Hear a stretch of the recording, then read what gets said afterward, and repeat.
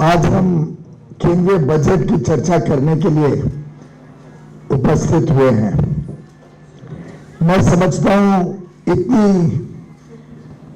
अनिश्चित परिस्थितियों में ये आज तक का सबसे अनूठा बजट है। 100 साल बाद विश्व में इतना बड़ा संकट, स्पेनिश फ्लू के बाद छोटे मोटे स्वास्थ्य से संबंधित घटनाएं हुई, कभी कभार आर्थिक परिस्थितियां भी बिगड़ी, कुछ क्षेत्र में बिगड़ी, कुछ समय के लिए बिगड़ी। पर मैं समझता हूं आधुनिक कार्यकाल में शायद ही किसी ने कल्पना की होगी कि पूरा विश्व में इतना उथल पुथल होने की संभावना, शायद ही किसी ने सोचा होगा कि एक ऐसी महामारी आएगी जिसका ना आता ना पता, ना आगे पीछे क्या है, कारण क्या है, कैसे फैलती है, व्यक्ति ठीक हो जाता है फिर परिस्थिति बिगड़ जाती है। ऐसी परिस्थितियों में माननीय प्रधानमंत्री श्री नरेंद्र मोदी जी के नेतृत्व में भारत सरकार ने पूरी इस महामारी के दौरान जिस तरीके से देश को संभाला, देश की अर्थव्यवस्था को संभाला, लोगों के जीवन को संभाला, मैं समझता हूं अपने आप में पूरे विश्व के लिए एक मिसाल कायम की। और आज जिस प्रकार की परिस्थितियां हम एडवांस कंट्रीज में जो बहुत अपने आप को समृद्ध मानती हैं, अपने आप को धन दौलत से शान के जीवन में जीने के लिए सोचती है, उन सब के सामने जो कदम भारत ने उठाए, मैं समझता हूं भारत ने उन सबको पीछे छोड़ दिया और पूरे विश्व में माननीय प्रधानमंत्री जी की इस बात के लिए बहुत सराहना हुई है। माननीय निर्मला सीतारमण जी, वित्त मंत्री जी ने पूरे कोरोना काल में समय समय पर देश को आत्मनिर्भर बनाने के लिए, देश का आत्मविश्वास और मजबूत करने के लिए कई सारे कदम उठाए और एक प्रकार से आत्मनिर्भर भारत के अलग अलग पैकेजेस द्वारा मिनी बजट भी देश के समक्ष रखे। प्रधानमंत्री गरीब कल्याण योजना अपने आप में अनोखी थी। इस दौरान हर व्यक्ति की चिंता करना, गरीब से गरीब व्यक्ति के घर में अनाज पहुंचे, 2400 घंटे देश भर में बिजली रहे, किसानों को खाद की कोई कमी ना पड़े, इन सब की लगातार चिंता प्रधानमंत्री जी करते रहे। लॉकडाउन के समय भारत के लोगों को तैयार करना, पोस्ट लॉकडाउन के पीरियड के लिए देश की व्यवस्थाओं को सुधार करना, कोरोना से लड़ने के लिए अपने आप को तत्पर बनाना, चाहे वो पीपीई मैन्युफैक्चरिंग हो, पर्सनल प्रोटेक्टिव इक्विपमेंट जो शून्य था लगभग कोरोना के पहले, चंद महीनों में हमारे छोटे व्यापारी एमएसएमई सेक्टर ने करीब करीब 5 लाख पीपीई बनाने का काम रोज शुरू कर दिया। एक जमाने में डर लगता था कि ऑक्सीजन पर्याप्त होगा कि नहीं, वेंटिलेटर्स लोगों को मिलेंगे कि नहीं, आइसोलेशन वार्ड क्वारंटाइन के लिए होंगे कि नहीं, आईसीयू बेड तो नहीं कम पड़ जाएंगे। हर विषय की गहराई से चिंता करते हुए प्रधानमंत्री जी का पक्का इरादा था कि सबसे पहले मुझे लोगों की जान बचानी है और उसके बाद अर्थव्यवस्था को फिर ठिकाने लगा के लोगों की जीविका को फिर एक बार सुनिश्चित करना है। कई विश्व के देशों ने लोगों की चिंता करे बगैर सिर्फ अर्थव्यवस्था पे चिंता की, उनका क्या परिणाम हुआ आप सबने देखा। भारत एक ऐसा देश है जिसने पहले जीवन बचाया, फिर जीविका बचाई और अब दोनों को बचाते हुए तेज गति से आगे बढ़ रहा है। और इन सब पूरे कार्यकाल के दरमियान माननीय प्रधानमंत्री जी ने अलग अलग समय पे अलग अलग घोषणाओं से समाज के हर वर्ग की चिंता की। और ये 5 आत्मनिर्भर भारत के पैकेजेस और बजट को जब एक साथ जोड़ के देखते हैं तो मैं समझता हूं क्रिकेट की भाषा में जैसे एक पूरा सिक्सर मारा, वैसा ये बजट माननीय वित्त मंत्री जी ने देश के समक्ष रखा। ये बजट एक लंबी सोच, दूरदर्शी विजन के साथ तैयार किया गया। कोई भी करदाता के ऊपर कीमतों में या टैक्सेस में बोझ नहीं डाला गया। समस्या गंभीर थी, रिसोर्स कंस्ट्रेंट था, सरकारी आय में कमी होने की पूरी संभावना इस साल तो है ही, अगले साल भी बहुत ज्यादा वृद्धि नहीं होगी ऐसा अनुमान है। 16-17% की वृद्धि अगले साल के लिए कैलकुलेट की गई है। इस सब के दौरान हर वर्ग की चिंता करना, चाहे वो किसान हो, चाहे छोटा व्यापारी हो, मध्यम वर्गीय हो, गरीब हो, अर्थव्यवस्था को भी बल देना, साथ ही साथ देश को, जिसको मैं कहता हूं फ्यूचर रेडी बनाना। इसके पीछे जो सोच माननीय प्रधानमंत्री जी ने इस बजट के माध्यम से देश के समक्ष रखी और जो 6 अलग अलग वर्टिकल्स पे वित्त मंत्री जी ने बजट को बड़े सरल शब्दों में समझाया, पूरे देश में उत्साह का वातावरण बना। पूरे देश ने इस बजट का तहे दिल से स्वागत किया। और आत्मनिर्भर भारत तभी बनेगा जब भारत आत्मविश्वास के साथ आगे बढ़ेगा। और मैं समझता हूं ये बजट आत्मविश्वास का भी बजट है, आत्मनिर्भर भारत को बनाने का भी बजट है और देश को फिर एक बार तेज गति से प्रगति के पथ पर लेके जाने वाला बजट माननीय प्रधानमंत्री जी ने देश के समक्ष रखा है। और अब देखिए कैसे कैसे अलग अलग विषयों पर चिंता की। पिछले 6 वर्षों में कोशिश की गई कि गरीब से गरीब व्यक्ति के घर में बिजली हो, गरीब से गरीब व्यक्ति की घर में मां बहनों को चूल्हा से मुक्त किया जाए और कुकिंग गैस की कनेक्शन हो, हमारी मां बहनों की इज्जत संभालने के लिए इज्जत घर, शौचालय बने हर घर में।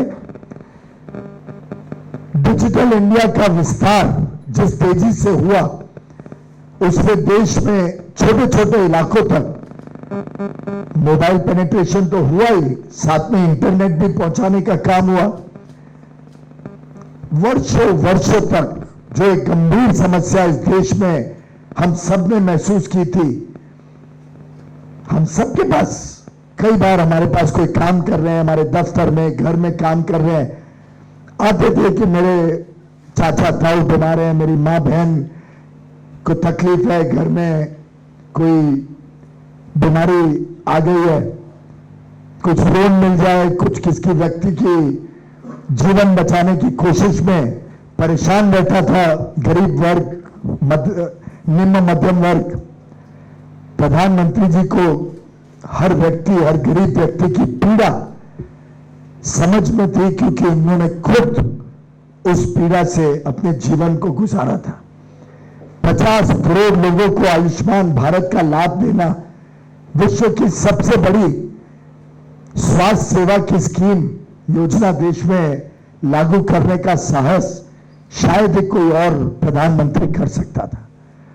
इस प्रकार से आप सोचिए, कोरोना काल में अगर ये सब काम नहीं हुए होते, स्वच्छता नहीं हुई होती, शौचालय नहीं बने थे, आयुष्मान भारत नहीं होता, सभी के घरों में बिजली नहीं होती, सभी के घरों में तेज गति से टेक्नोलॉजी और इंटरनेट नहीं पहुंचा होता तो लोग कितने तकलीफ में इस कोरोना काल में गुजरते। हमने पहले कई बार देखे, कभी कोई दिक्कत आई, कोई राइट हुआ, 2-3 दिन के बाद लोग घर से बाहर निकलना चाहते थे, मजबूर थे, क्योंकि घर बैठे कमाई नहीं थी, पेट कैसे भरे, घर कैसे चलाएं। लेकिन इस दौरान, खासतौर पे लॉकडाउन के दौरान, पूरे देश ने माननीय प्रधानमंत्री जी के आह्वान पर अपने आप को घर में रखा, बाध्य रखा। बिजली होने के कारण वो समय ठीक ठाक गुजर गया। टेलीविजन सबके घर में चला तो एक प्रकार से समय भी गुजर गया। बच्चों ने पढ़ाई भी इंटरनेट के माध्यम से कर ली और उसी समय पूरी देश की व्यवस्था, केंद्र सरकार, राज्य सरकारों ने मिलकर देश को कोरोना की लड़ाई में तैयार करने का काम किया। साथ ही साथ आत्मनिर्भर भारत के पैकेजेस से अर्थव्यवस्था को फिर एक बार पुनर्जीवित करने के लिए अलग अलग महत्वपूर्ण कदम उठाए गए। अलग अलग वर्गों को आगे, विश्व शक्ति अगर भारत को बनाना है तो देश के 130 करोड़ लोगों को साथ में आगे बढ़ा के ही बन सकती है। इस कल्पना को सामने रखते हुए कई सारे बदलाव देश के समक्ष रखे गए और उसी के कारण अब अर्थव्यवस्था भी तेज गति से विकास की तरफ बढ़ रही है। इस बजट में बहुत गौर दिया है अर्थव्यवस्था को बढ़ाने के लिए, नए नौकरियों के साधन उपलब्ध कराने के लिए, कामकाज को बढ़ाने के लिए, एंटरप्रेन्योरशिप, एक उत्साह देने के लिए हमारे युवा युवतियों को कि अब तो जमाना गया कि एक सिर्फ सरकारी नौकरी के पीछे हम भागे। अब हम कैसे आत्मविश्वास के साथ जॉब क्रिएटर बने, जॉब सीकर ना बने। स्टार्टअप की दुनिया को और गति दी गई। इंफ्रास्ट्रक्चर पे जो बल दिया, जिससे रोड्स हो, हाईवेज हो, रेलवे हो, हवाई अड्डे हो, बंदरगाह हो, पोर्ट्स हो, इनलैंड वाटरवेज की व्यवस्था हो, बिजली, गैस, इन सब व्यवस्थाओं को कैसे और अच्छा बनाया जाए। आप सबने सुना होगा, एक बड़ा मशहूर अमेरिकन फ्रेज है, did America make the highways और द हाईवेज मेड अमेरिका। और इसमें किसी को कोई दो राय नहीं है। जब तक आधारभूत सुविधाएं नहीं मजबूत होंगी, जब तक आधारभूत सुविधाएं हर व्यक्ति के लिए नहीं उपलब्ध होंगी, तब तक कोई देश प्रगति नहीं कर सकता। और मैं समझता हूं नए भारत की नींव इस बजट में रखी। आपने देखा होगा प्रतिपक्ष भी कोई बहुत ज्यादा आलोचना नहीं कर पाया।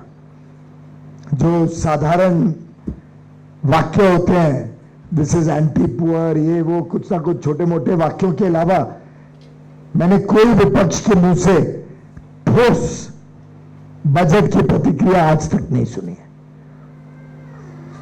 आज तक कोई व्यक्ति ये नहीं निकाल पाया कि इसमें कुछ कमी रह गई, कोई वर्ग छूट गया। कुछ विभाग मेरे पास भी हैं।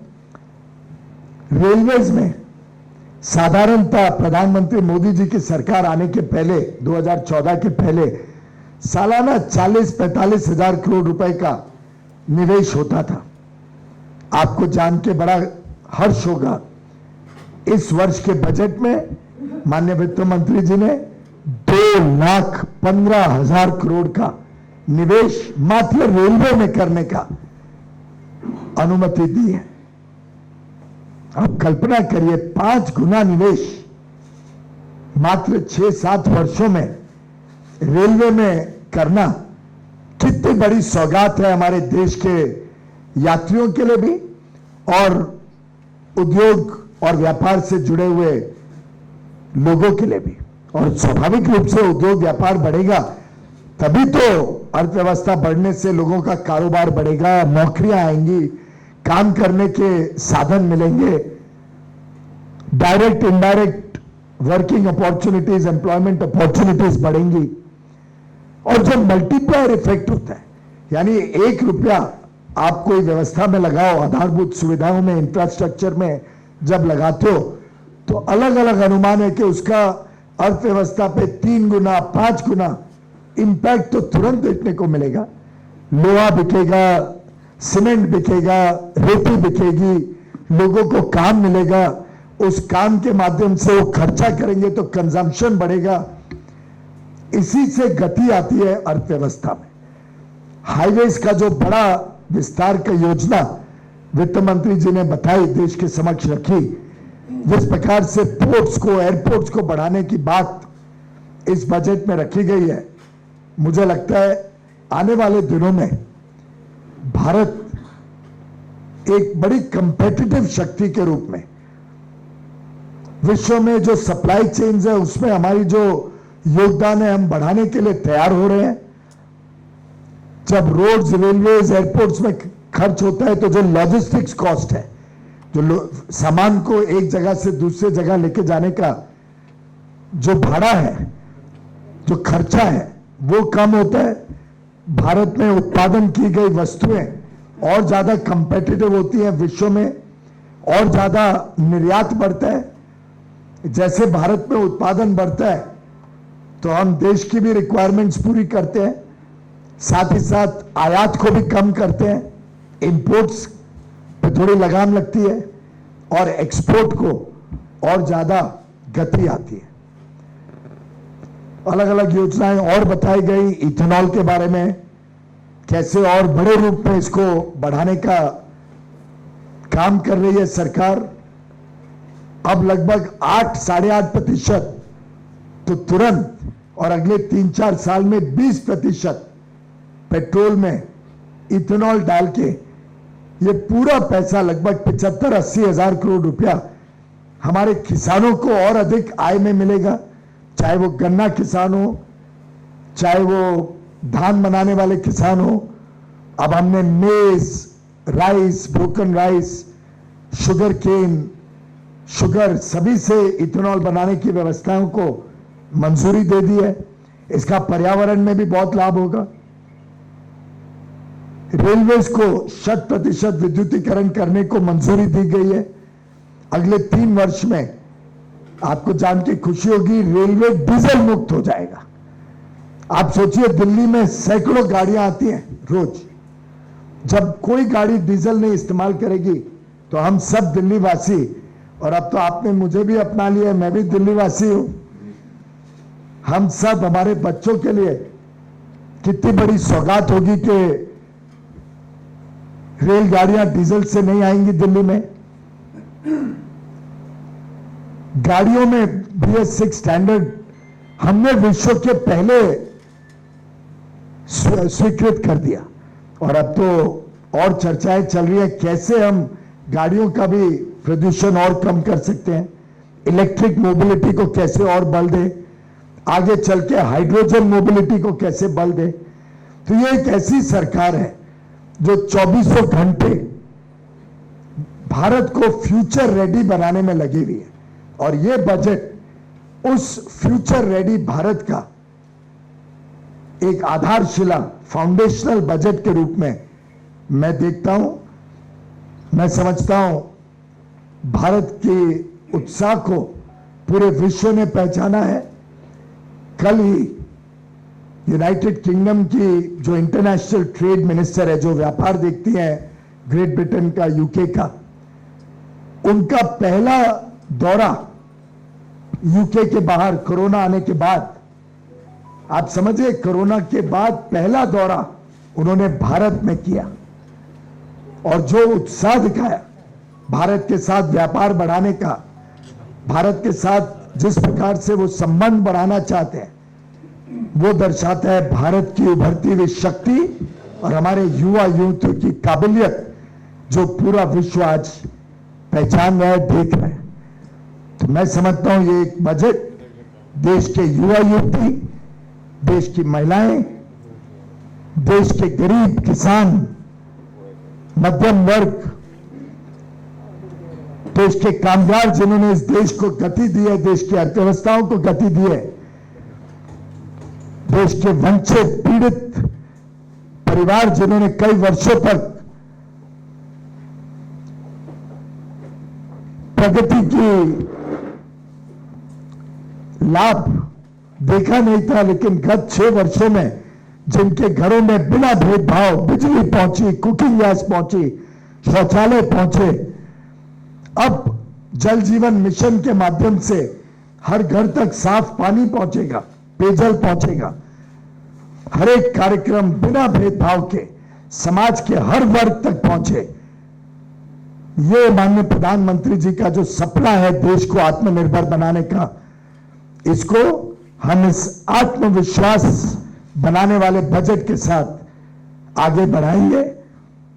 इसमें आप सबका भी आशीर्वाद, आप सबका भी लगातार सहयोग मिलेगा, ऐसा मुझे पूर्ण रूप से विश्वास है। बहुत बहुत धन्यवाद जी। धन्यवाद सर। नमस्कार sir, welcome to the Delhi BJP office. Sir, जो आप बोल रहे हैं प्रधानमंत्री आत्मनिर्भर भारत, तो मेरे को 2 सवाल आ रहे हैं सर। एक तो सोलर के बारे में और इलेक्ट्रिक मोबिलिटी के बारे में, और दूसरा stock exchange has jumped from 25,000 to 50,000. So if you can comment on that, sir. It's easier to comment on electricity, solar and electric vehicles. That's just the side. To comment on the stock exchange, I'll have to learn astrology or start looking at the economic fundamentals on which the stock exchange has given such a big thumbs up. But I'll delve on both of them. Solar is a mission that is very dear to Prime Minister Modi. He started this mission when he was in Gujarat. And I still remember I was the Minister for Power and Renewable Energy in 2014. In my very first meeting, the Honorable Prime Minister told me that the then mission, which Manmohan Singh ji had announced, the National Solar Mission, was to have 20,000 megawatt of solar energy in India by 2022. Prime Minister said that doesn't satisfy him at all. The people of India want clean energy. They want a clean environment. And you'll be happy to know he increased it straight 5-fold to 1 lakh megawatt. And the overall renewable energy target was set at 1,75,000 megawatt by 2022, and we are well on way to achieve that by the time we achieve the 75 years of independent India. But this Prime Minister never rests. वो बोलते हैं ना कि ना मैं रुकूंगा ना मैं थकूंगा, वो भी नहीं आराम करते हैं और किसी को आराम नहीं करने देते हैं, चाहे मंत्री हो चाहे अधिकारी हो। अब जब उन्हें दिखा कि 175 तो हो ही रहा है और तेज गति से हो रहा है, तो उन्होंने ऑलरेडी हमारा नया टारगेट सेट कर दिया है। 4.5 लाख मेगावाट नवीकरणीय ऊर्जा से, रिन्यूएबल एनर्जी से 2030 तक बनाने का निर्णय माननीय प्रधानमंत्री जी ने लिया है, और रेलवे भी उसमें एक छोटी आहुति देने के लिए संकल्पित है। रेलवे ने तय किया है कि 2030 तक हम 100% रिन्यूएबल एनर्जी, नवीकरणीय ऊर्जा से पूरी रेल व्यवस्थाएं चलाएंगे। 23 दिसंबर तक 100% इलेक्ट्रिफिकेशन हो जाएगा और 2030 तक विश्व की पहली रेलवे बनेगी जो नेट जीरो रेलवे होगी। शून्य प्रदूषण भारतीय रेल कंट्रीब्यूट करेगी विश्व में। यह माननीय प्रधानमंत्री जी की सोच है, एक बड़ी फॉरवर्ड लुकिंग उनकी विजन रहती है। इलेक्ट्रिक व्हीकल्स पे वो बहुत बल दे रहे हैं, टैक्सेस भी बहुत कम रखे गए, प्रोडक्शन लिंक्ड इंसेंटिव की स्कीम अब फाइनलाइज हो रही है, जिससे भारत में इलेक्ट्रिक व्हीकल्स के पुर्जे बने। फेम 2 को हमने मंजूरी दी है, जिससे जो भी बिजली से चलने वाली गाड़ी या स्कूटर, 2 व्हीलर खरीदते हैं उनको इंसेंटिव मिले। और राज्य सरकारें, केंद्र सरकार सब मिलकर अगर गति दें इस प्रोजेक्ट को, तो मैं समझता हूं 2030 तक नई गाड़ियां जो बिकेंगी, पुरानी तो जो चलेंगी वो तो चलेंगी, पर जो नई गाड़ियां बिकेंगी वो लगभग पूरी तरीके से इलेक्ट्रिक व्हीकल्स के रूप में जाएंगी। बैटरीज के खर्चा कम होने से और बिजली पे हमारे 6 साल के कार्यकाल में खर्चे को बहुत नियंत्रित रखा गया। नवीकरणीय ऊर्जा के दाम भी ईमानदार पारदर्शी ऑक्शन से हमने बहुत कम किए। इन सब के कारणों से मुझे लगता है कि उज्जवल भविष्य है इलेक्ट्रिक व्हीकल्स का। जहां तक स्टॉक एक्सचेंज की सवाल है, स्टॉक एक्सचेंज भविष्य देखता है, पास्ट और इतिहास में नहीं रहता है। और मैं समझता हूं शायद स्टॉक एक्सचेंज ने पहचान लिया है इस सरकार की मंशा भारत की अर्थव्यवस्था को तेज गति देने की है। भारत ने आगे जो रास्ता नापा है, जो तय किया है, जो इस बजट में पूरी तरीके से एक प्रकार से देश के समक्ष रखा गया, अलग अलग समय पे माननीय प्रधानमंत्री जी ने गत 9-10 महीनों में देश को जो दिशा दिखाई है, उसको देख के स्वाभाविक रूप से अर्थव्यवस्था से जुड़े सभी लोगों को उत्साह बढ़ा है। शायद उस कारण से भी स्टॉक एक्सचेंज में गति आई है, लेकिन हमने स्टॉक एक्सचेंज को ही एक मापदंड नहीं बनाना चाहिए। मैं समझता हूं कि निवेशकों ने सूझबूझ से और सोचे समझे तरीके से अपने निवेश करना चाहिए। खासतौर पे छोटे निवेशकों को बहुत ज्यादा बिना पढ़े लिखे, बिना गहराई में जाए लालच कभी नहीं करना चाहिए और संतुलित तरीके से अपना निवेश करना चाहिए। अमित अमर उजाला। अभी अमित एक ही बंदे हैं, अमित अमर उजाला।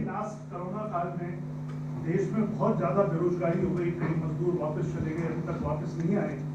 तो सरकार ने अगले वित्त वर्ष तक कितनी नौकरियों की व्यवस्था की है जो आपने इतने अच्छे अपने वो गिनाए? अलग अलग जो एक मिनट मंत्री जी, आपने 2019 के चुनाव से पहले एक प्रेस कॉन्फ्रेंस की थी और उसमें कहा था कि हम रेलवे में 2 लाख नौकरियां देंगे। उसकी स्थिति क्या है सर? पहली बात तो हर एक जो कार्यक्रम इस बजट में अनाउंस किया गया, चाहे वो इथेनॉल प्रोड्यूस करना हो, चाहे वो इतने सारे इंफ्रास्ट्रक्चर प्रोजेक्ट्स, आज साधारणतः 5.5-6 लाख करोड़ का इंफ्रास्ट्रक्चर में निवेश होगा। अब आप हम यहां जितने लोग अगर कोई अर्थव्यवस्था से जुड़ा हुआ है तो सही मायने में समझता है कि 30-35% तो सीधा लोगों को काम मिलता है। जब इंफ्रास्ट्रक्चर या कोई प्रोजेक्ट में निवेश होता है तो जो खर्चा होता है उसमें 30-35% लोगों की जेब में जाता है। तो जब 6 लाख करोड़ का सिर्फ सरकारी निवेश है या इंफ्रास्ट्रक्चर, बाकी निजी क्षेत्र जो करेगा वो तो अलग है। जब 6 लाख करोड़ का निवेश होगा तो साधारणतः कोई भी अर्थव्यवस्था समझने वाला व्यक्ति बताएगा 2 लाख करोड़ सीधा लोगों की जेब में जाएगा। अब आप कल्पना करिए, जब 2 लाख करोड़ लोगों की जेब में जाएगा तो आप कैलकुलेट कर लीजिए कितने लोगों को इसका लाभ मिलेगा। हमने जो production linked incentive schemes announce किए हैं 12-13 सेक्टर्स में, और पहले मोबाइल फोन्स और मेडिकल डिवाइस में कर चुके हैं, ये प्रोडक्शन लिंक्ड इंसेंटिव से हमारे विभाग ने, उद्योग मंत्रालय ने अनुमान लगाया है। और हमारा अनुमान अकेले नहीं है, ये एक CII, फिक्की और एसोचैम के नेतृत्व में एक कमेटी बनाई गई स्केल, जिस कमेटी ने हर क्षेत्र को गहराई से देखा। वो क्षेत्र चुने जहां भारत में कॉम्पिटिटिव होने की पूरी क्षमता है, शक्ति है, उन क्षेत्रों पे हमने फोकस किया तो अनुमान निकला है कि 20 लाख करोड़ का एडिशनल प्रोडक्शन बनाने की इन 24 क्षेत्रों में जो स्केल कमेटी ने देखा है, 24 क्षेत्रों में 20 लाख करोड़ सालाना उत्पादन बढ़ाने की क्षमता है। अब आप 20 लाख करोड़ में भी जब 30-35% अगर अलग अलग प्रकार से direct labour, salaries, indirect labour, contract पे कुछ लोग काम करते हैं, आसपास में होटल, ढाबे, टैक्सी, माल जब आता है या जाता है तो लॉजिस्टिक्स कॉस्ट, बंदरगाह में जो लोग काम करते हैं, ट्रेनों में जो काम करते हैं, ये पूरी व्यवस्था जब देखते हैं तो 20 लाख करोड़ में भी 6-6.5 लाख करोड़ सीधा लोगों की जेब में जाते हैं। तो आप कल्पना करिए इन सबका प्रभाव कैसा होगा, लोगों को कितने काम के अवसर मिलेंगे, हमारे स्टार्टअप्स को नई टेक्नोलॉजीज लाने के लिए कितने अवसर मिलेंगे। वैसे मैं आपको बताऊं, हमारा ITPO में काम चल रहा है, पूरा ITPO बड़ा सुंदर बन रहा है। कभी आपको मौका मिले तो जरूर जाके देखिए जो प्लानिंग हो रही है और जो काम हुआ है उधर, आपका भी सीना गर्व से और खुशी से फूल उठेगा। द्वारका में हम बड़ा एग्जीबिशन कम कन्वेंशन सेंटर अंतरराष्ट्रीय स्केल का बना रहे, हमें वहां लोग नहीं मिल रहे, लोगों की कमी हो रही है, स्किल लेबर अनस्किल लेबर दोनों की कमी मिल रही है। तो ये हालत है, तेज गति से जैसे अर्थव्यवस्था बढ़ रही है और इसका जरूर देश को लाभ होगा। रेलवेज की भर्ती दुर्भाग्य से कोरोना काल में वो प्रोसेस अटक गया था, क्योंकि इसका जो एग्जाम है इंटरनेट बेस्ड एग्जाम है। अब तो पूरी पारदर्शिता ले आए। आप याद करिए, हमने करीब 1.5-2 लाख लोगों को पिछली टर्म में जब नौकरी दी, आपको याद होगा एक इंस्टेंस नहीं है एक जिसमें किसी ने कंप्लेन की हो कि कोई गलत काम हुआ। इतनी पारदर्शी व्यवस्था से लाखों नौकरियां देने का काम सिर्फ मोदी सरकार कर सकती है, बिना कोई आरोप के, बिना कोई आलोचना के। बुलेट ट्रेन के बारे में क्या है? बुलेट ट्रेन कब चलेगी सर? अभी कौन सी अभी 2 कारण हुए जिसके वजह से बुलेट ट्रेन की जो पुरानी अनुमानित समय थी उसमें विलंब हुआ। एक तो आप सभी जानते हैं और आपने पढ़ा भी होगा पेपर में कि महाराष्ट्र में दुर्भाग्य से जमीन जो हमें चाहिए मुंबई से अहमदाबाद तक बुलेट ट्रेन लेके जाने के लिए, उसका काम लगभग ठप सा पड़ा है। हमने कई बार वहां पे चर्चा की, अधिकारी स्तर पे, मंत्री स्तर पे।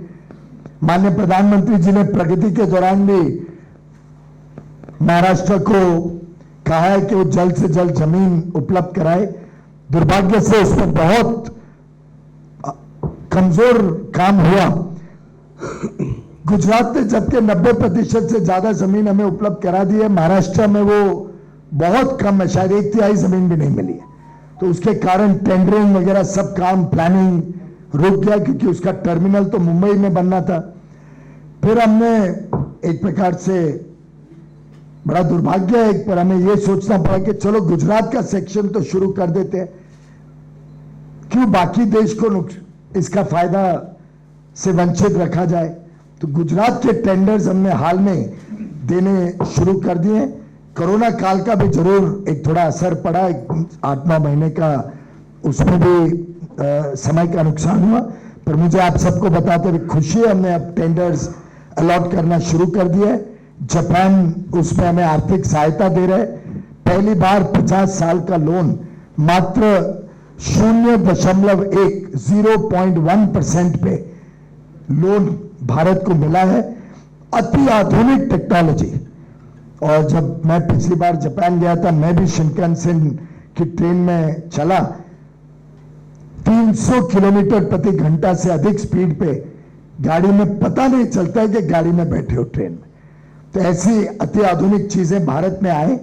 आगे चल के हमने 7 और लोकेशंस पे, किधर सेमी हाई स्पीड, किधर हाई स्पीड ट्रेन शुरू करने का, डीपीआर बनाने का काम अब शुरू किया है। और आगे चल के पब्लिक प्राइवेट पार्टनरशिप में हम सोचते हैं कि तेज गति से विस्तार हो पैसेंजर कॉरिडोर्स का। एक तरफ फ्रेट कॉरिडोर्स तो हो ही रहे हैं, जिससे मालगाड़ियां तेज गति से जाएं, खर्चा कम हो, ऐसे पैसेंजर कॉरिडोर्स भी देश में बने, उसका भी काम चल रहा है। अब अंतिम उसकी समय रेखा तो महाराष्ट्र सरकार जब जमीन दे दे हमारे काम को और हम अंतिम तरीके से प्लानिंग को कंप्लीट कर सके, तभी हम आपको दे पाएंगे। अमित प्रणब की बात। Sir, there are 2-3 questions. One is that the Kisan Bill that Prime Minister One by one, एक एक। The Kisan Bill that Prime Minister has inaugurated, fisheries industry says that they don't have refrigerated racks. So उसका जो एक differential है उसको कैसे हम भर पाएंगे और कितना जल्दी भर पाएंगे।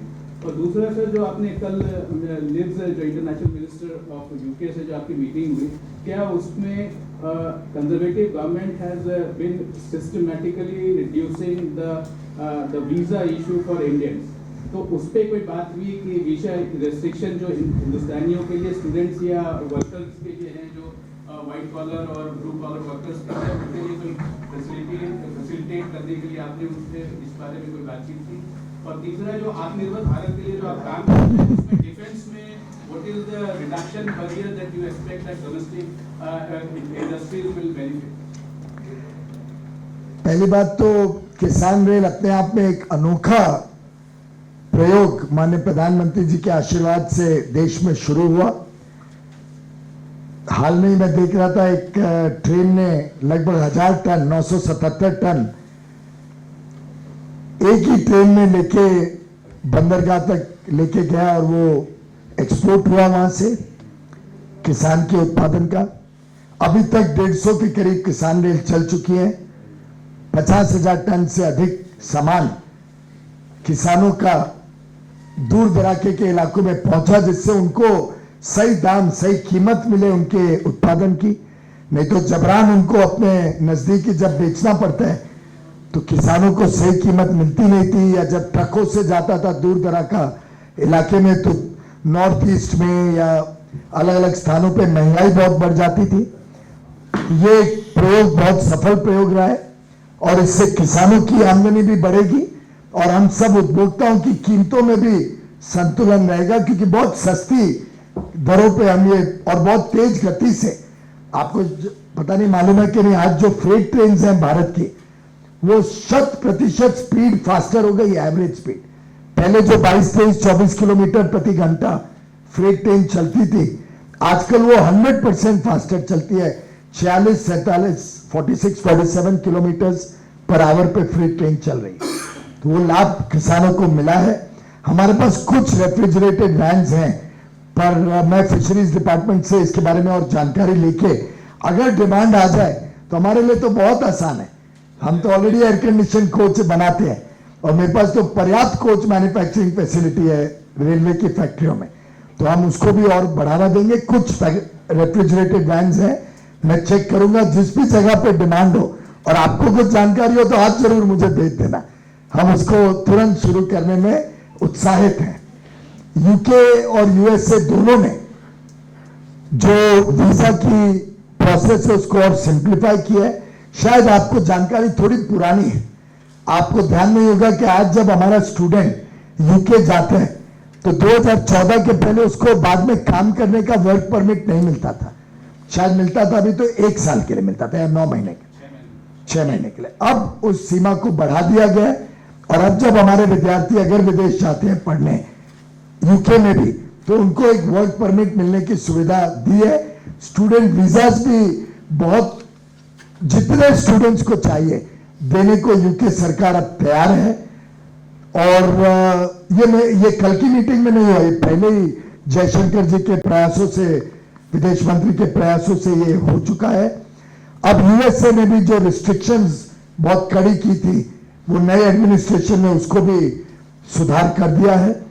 और आखिरी डिफेंस की जहां तक बात है, माननीय रक्षा मंत्री ने जो सौगात दी है आत्मनिर्भर भारत के तहत 101 आइटम्स मात्र भारत पे बने हुए ही आर्मी नेवी एयरफोर्स खरीदेगी, एक बहुत बड़ा निर्णय लिया है। आगे चल के हम भी विश्व की अलग अलग कंपनियों को इनवाइट कर रहे हैं कि वो अब आके भारत पे बनाए, भारत की भी जरूरतें पूरी करे और भारत को मैन्युफैक्चरिंग बेस बना के पूरे विश्व की जरूरतें भी भारत से बने, जिसको make in India and serve the world कहा जा सकता है। मेरा सवाल है, इतना चिंता की विषय हो गई है, अपने बजट को किसको निपटाने के लिए बड़े मुश्किल हो जाएगी। जो सीतारामन जी ने किए हैं, I salute to her. Only the thing is हमारा देश बहुत बड़ा देश है। आपने अभी जो कुछ भी कहा, I agree with your point.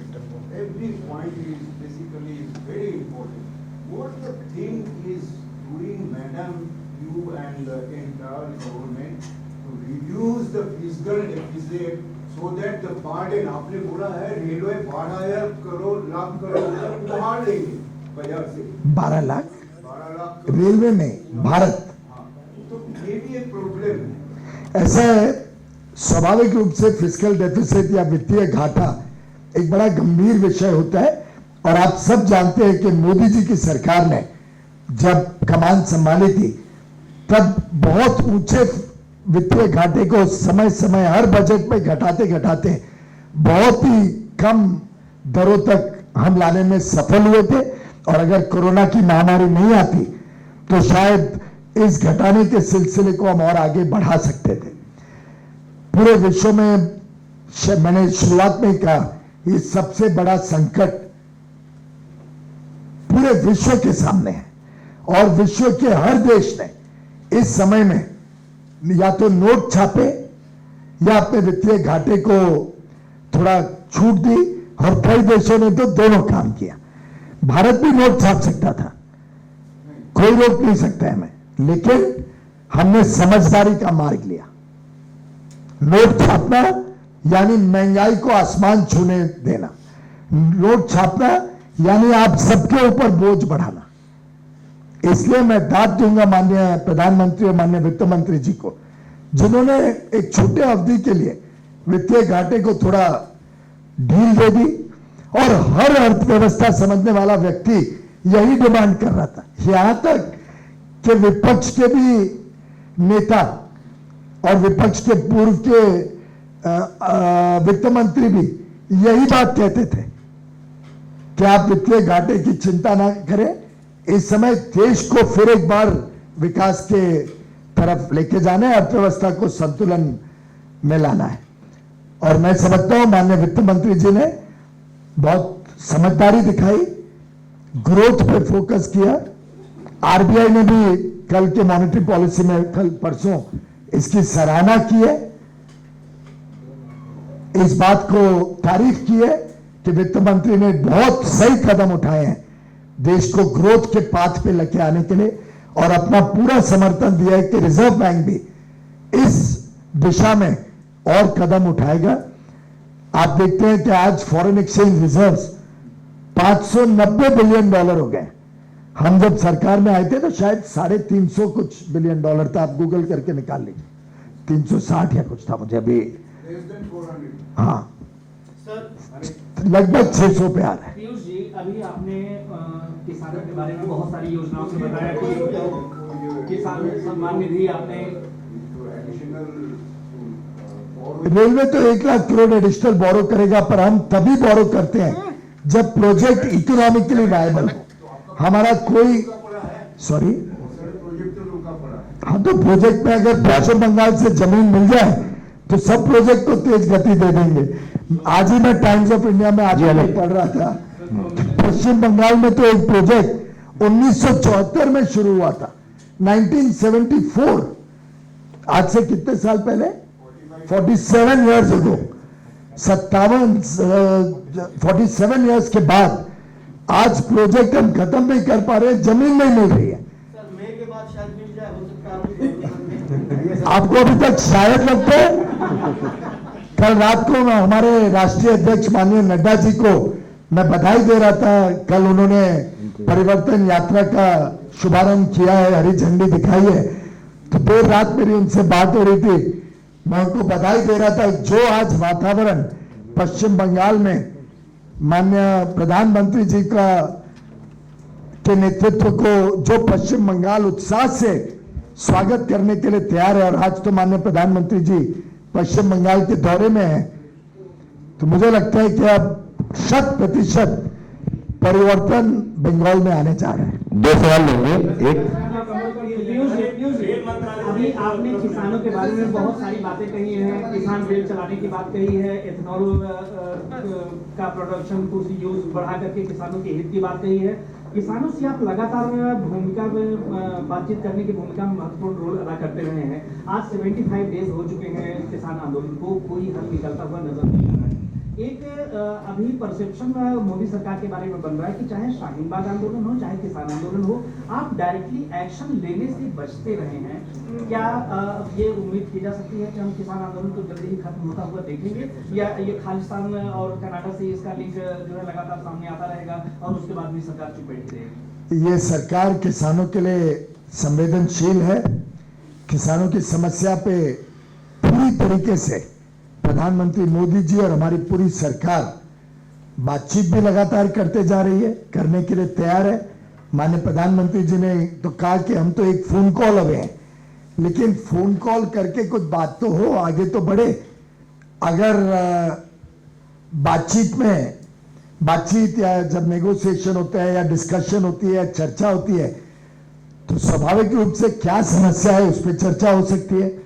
स्वाभाविक रूप से हमने कोई गलती की है तो आप हमारे को अवगत कराइए।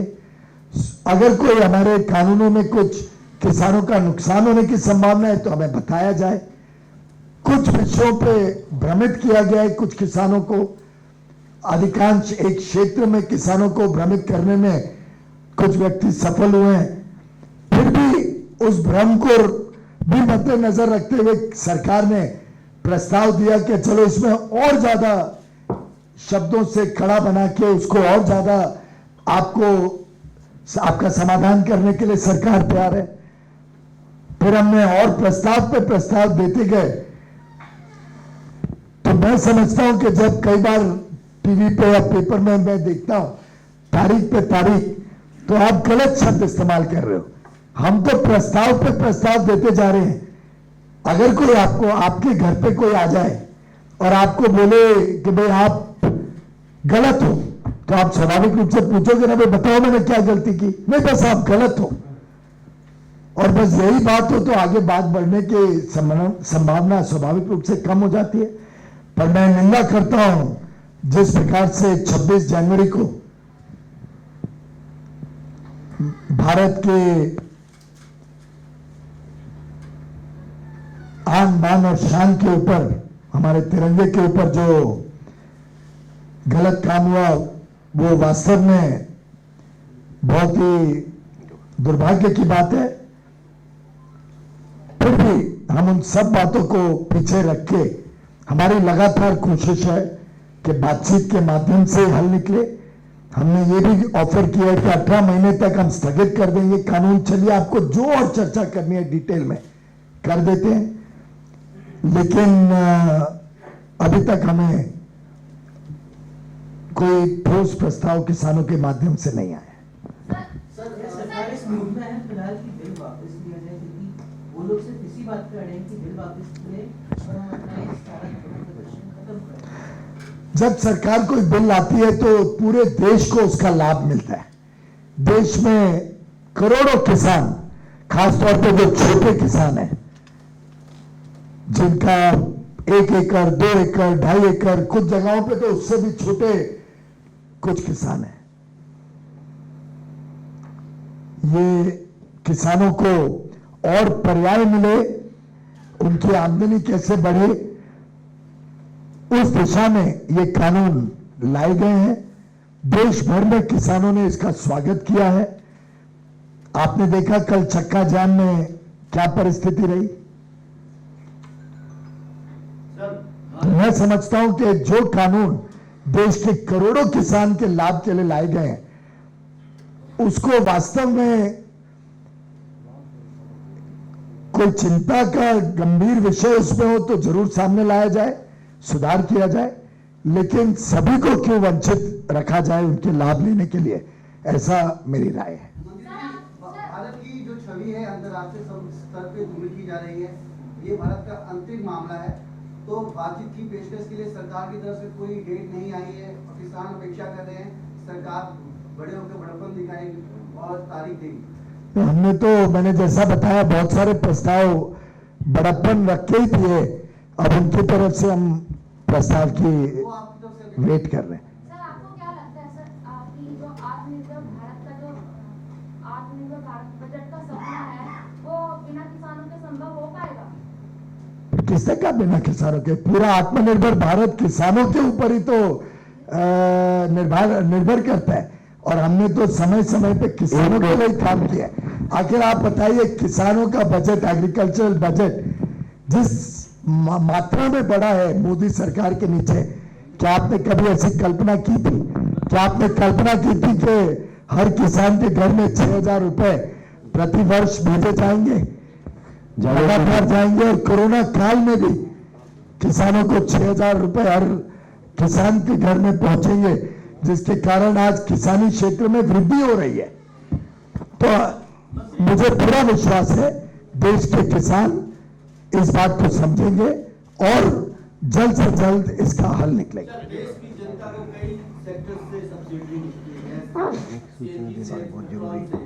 तो आपके पीएम ने जब कहा था कि पीएम तो हम सबके होते हैं भाई साहब, आपके भी प्रधानमंत्री। पीएम ने कहा था कि आप सब्सिडी छोड़ दीजिए गैस पे, कई 1.3 लोगों ने छोड़ भी छोड़ दिया, क्या रेलवे जैसे पैसेंजर्स को सब्सिडी देती है, क्या आप ये कहेंगे कि आप रिक्वेस्ट करके जनता से कि पैसेंजर भाई साहब, ये हम ऑलरेडी रिक्वेस्ट सीनियर सिटीजन्स से कर चुके हैं, पहले ही कर चुके हैं, और बहुत अच्छा उत्साह देखने को मिला। लाखों लोगों ने, रेलवे के यात्रियों ने भी अपनी सब्सिडी छोड़ी थी, और मैं उन सभी का आपके माध्यम से धन्यवाद देना चाहूंगा।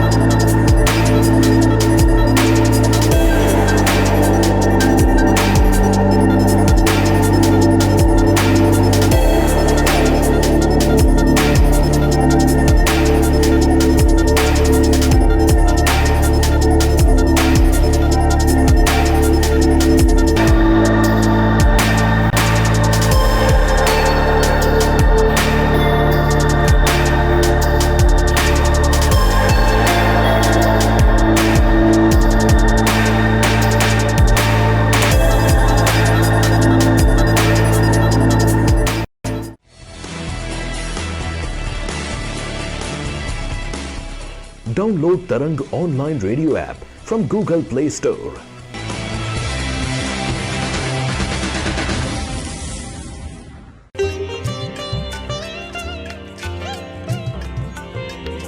You are listening to Tarang Devotional Online Radio.